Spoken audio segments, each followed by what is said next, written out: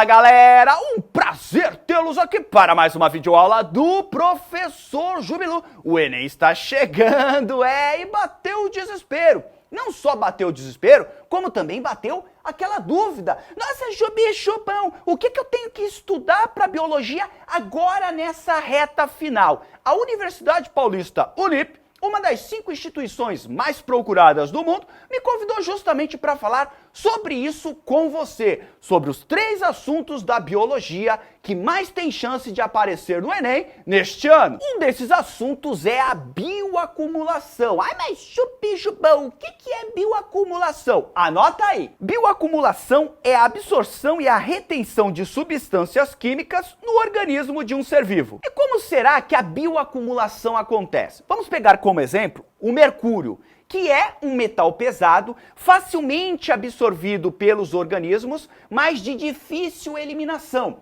Esse mercúrio muitas vezes é utilizado na mineração do ouro, para facilitar a separação do ouro de outros sedimentos. E depois, muitas vezes, esse mercúrio é despejado na água, é despejado num rio. Aí ele vai ser absorvido, por exemplo, pelas plantas que vivem naquele rio e vão se acumular nesses tecidos.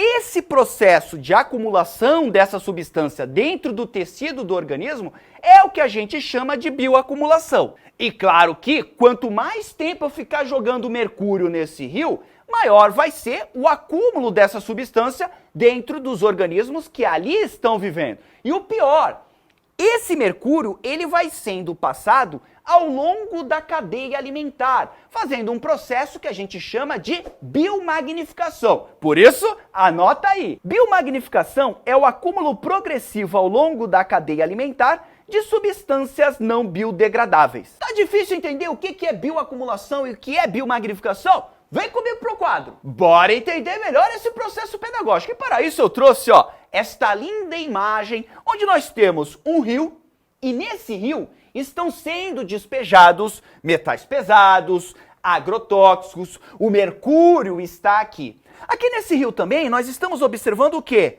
Uma cadeia alimentar. Começando aqui com seres autótrofos, com os produtores, com algas. Essas algas servem de alimento para os consumidores primários, que nesse caso é o zooplâncton, que servem de alimentos para os consumidores secundários, que são os peixes pequenos, que por sua vez servem de alimento para os peixes grandes, consumidores terciários, e depois servem de alimento para os seres humanos, que aqui estão como consumidores quaternários. Um detalhe interessante, a primeira coisa que você tem que entender é o seguinte: o que é bioacumulação e biomagnificação?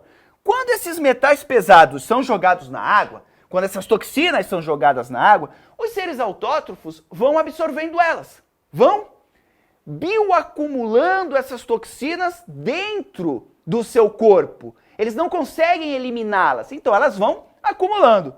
Quando eu falo de um organismo acumulando toxinas, isso é bioacumulação. Agora, eles vão servir de alimento para o zooplâncton.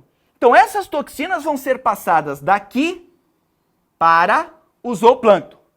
Só que o zooplâncton, ele não come só um fitoplâncton, ele come vários.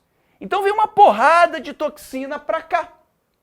Por sua vez, essas toxinas que estão dentro agora do zooplâncton serão passadas para os peixes pequenos, só que em maior quantidade, porque os peixes pequenos, eles não comem só um zooplâncton, comem vários. Então, vai ser passado para cá.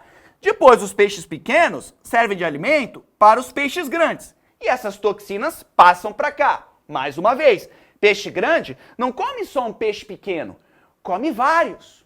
E depois, esses peixes grandes servem de alimento para os seres humanos, que também não vão comer só um peixe grande, vão comer vários. Essa passagem das toxinas de um nível trófico para outro na cadeia alimentar é o que a gente chama de biomagnificação. Então, quando eu falo só de um organismo, bioacumulação. Passagem de um nível trófico para o outro de toxinas através da cadeia alimentar, eu chamo isso de biomagnificação. Um outro detalhe é o seguinte: quanto mais no topo da cadeia alimentar, maior a quantidade de toxinas dentro do teu corpo. Olha aqui o bicho homem no topo da cadeia alimentar. Ele faz isso aqui, ó. E mal sabe que isso, através da cadeia alimentar, acaba chegando nele. Ou, no caso, na gente. Tá? Então, assim, ó, quanto mais no topo da cadeia alimentar, maior a quantidade de toxinas. Por quê? Porque olha o histórico aqui, ó. Uma porrada de fitoplâncton, depois uma porrada de zooplâncton. Isso aqui vai se somando a quantidade de toxinas. Isso aqui, soma com isso aqui, soma com isso aqui, soma com isso aqui, pega tudo, ó, e bota aqui dentro. É por isso que quanto mais longe do produtor você estiver, mais contaminado você estará. Bicho bom, mas como é que isso é cobrado no Enem? Geralmente, bioacumulação e biomagnificação são colocados em questões que estão falando de outros impactos ambientais. Então tem lá, o cara tá falando lá de chuva ácida e uma das alternativas é bioacumulação. Ou seja, você precisa conhecer o conceito para não assinalar errado. Agora, nos últimos anos, esse assunto vem ganhando maior importância. Por isso que você tem que tomar muito cuidado com ele agora neste ano. Outro assunto que também tem bastante chance de aparecer no Enem é a eutrofização. O que, bicho bom? Eutrofização. Anota o conceito aí. A eutrofização é o crescimento excessivo de plantas aquáticas para níveis que afetam a qualidade da água. Agora, o que será que causa o crescimento excessivo de plantas aquáticas, de algas, em um corpo hídrico? Para isso, trouxe uma imagem. Bora agora entender o processo de eutrofização. Então, olha só. Aqui em cima, nós temos um ambiente maravilhoso, com pôneis coloridos saltitando pelos campos. Olha aqui, você tem a natureza, você tem um nível normal de nutrientes dentro da água. Esses nutrientes são utilizados pelas algas. Essas algas, elas fazem fotossíntese, liberam oxigênio, mas elas também utilizam oxigênio. Por quê? Porque elas fazem respiração celular, elas têm mitocôndrias. É claro que elas produzem muito mais oxigênio do que elas consomem.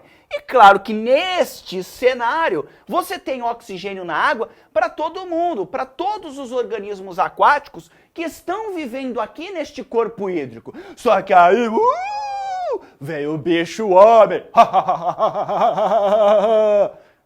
Risada maquiavélica, entendeu? Olha aqui, veio o bicho homem e começa a despejar muito esgoto dentro dessa água. Começa a despejar muito fertilizante que é utilizado na agricultura dentro desta água.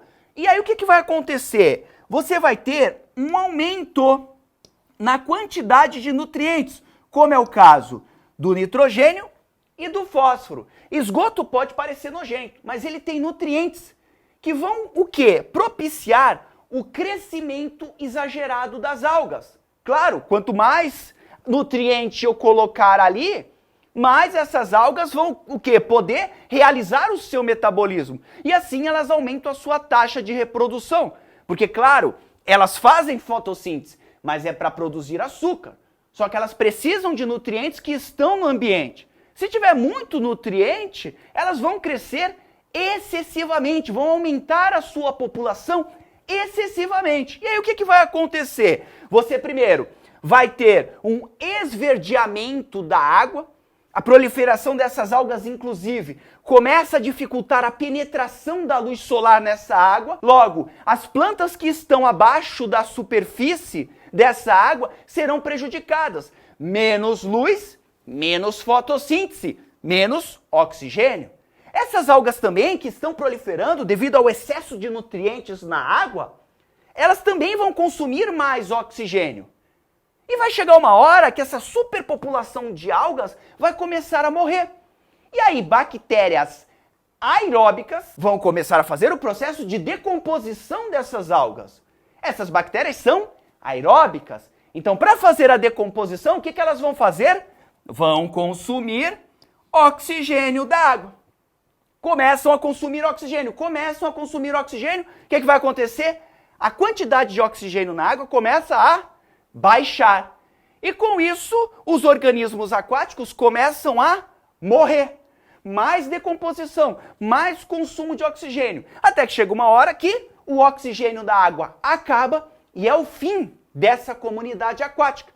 Como é que eu sei que é o fim? Quando você começa a ter a proliferação de bactérias anaeróbicas, que crescem em ambientes onde você não tem oxigênio. Elas liberam odor e essa água fica fedorenta, fica com cheiro de ovo podre. E aí podem te perguntar, como é que eu faço para evitar o processo de eutrofização? Basta você não colocar tantos nutrientes na água. Como é que eu faço isso? Não despejando esgoto nessa água e reduzindo a utilização de fertilizantes na agricultura. Jubi-jubão, jubi-jubão. Que? E como é que a eutrofização é cobrada no Enem? Primeiramente, vale salientar que a eutrofização não cai no Enem.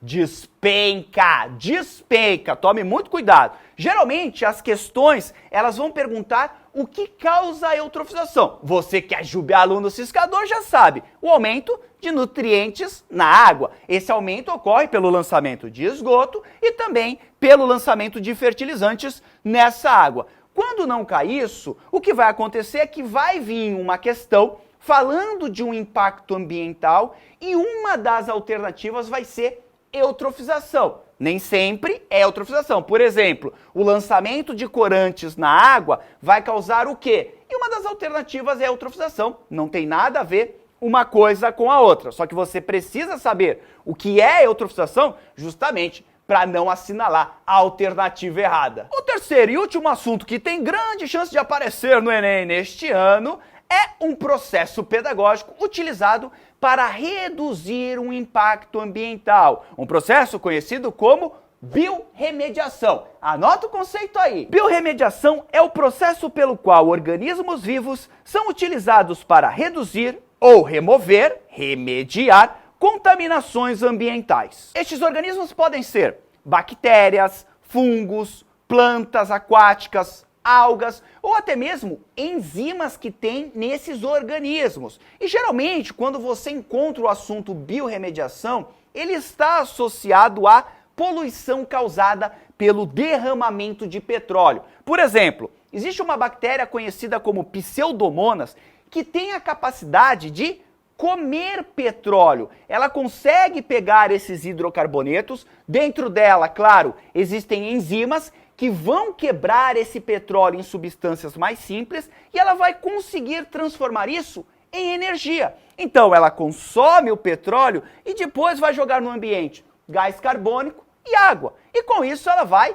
reduzir a presença de petróleo naquela região onde aconteceu o acidente. Um exemplo muito clássico de biorremediação aconteceu num acidente em 1989, num navio-tanque chamado de Exxon Valdez, que derramou milhões e milhões de litros de petróleo na água. Lá, o que os cientistas fizeram? Jogaram fertilizante nessa água, o que propiciou o aumento da população de bactérias que já viviam nessa água e que gostavam de comer petróleo. Com o aumento dessa população, o petróleo foi eliminado com muito mais rapidez. Na verdade, esse processo de biorremediação chegou a eliminar 41 milhões de litros de petróleo que foram derramados nesse acidente. Então veja que biorremediação é uma tecnologia simples, barata, natural, de fácil aplicação e basicamente tem tudo a ver com o Enem, que é uma prova de ciências da natureza e suas tecnologias.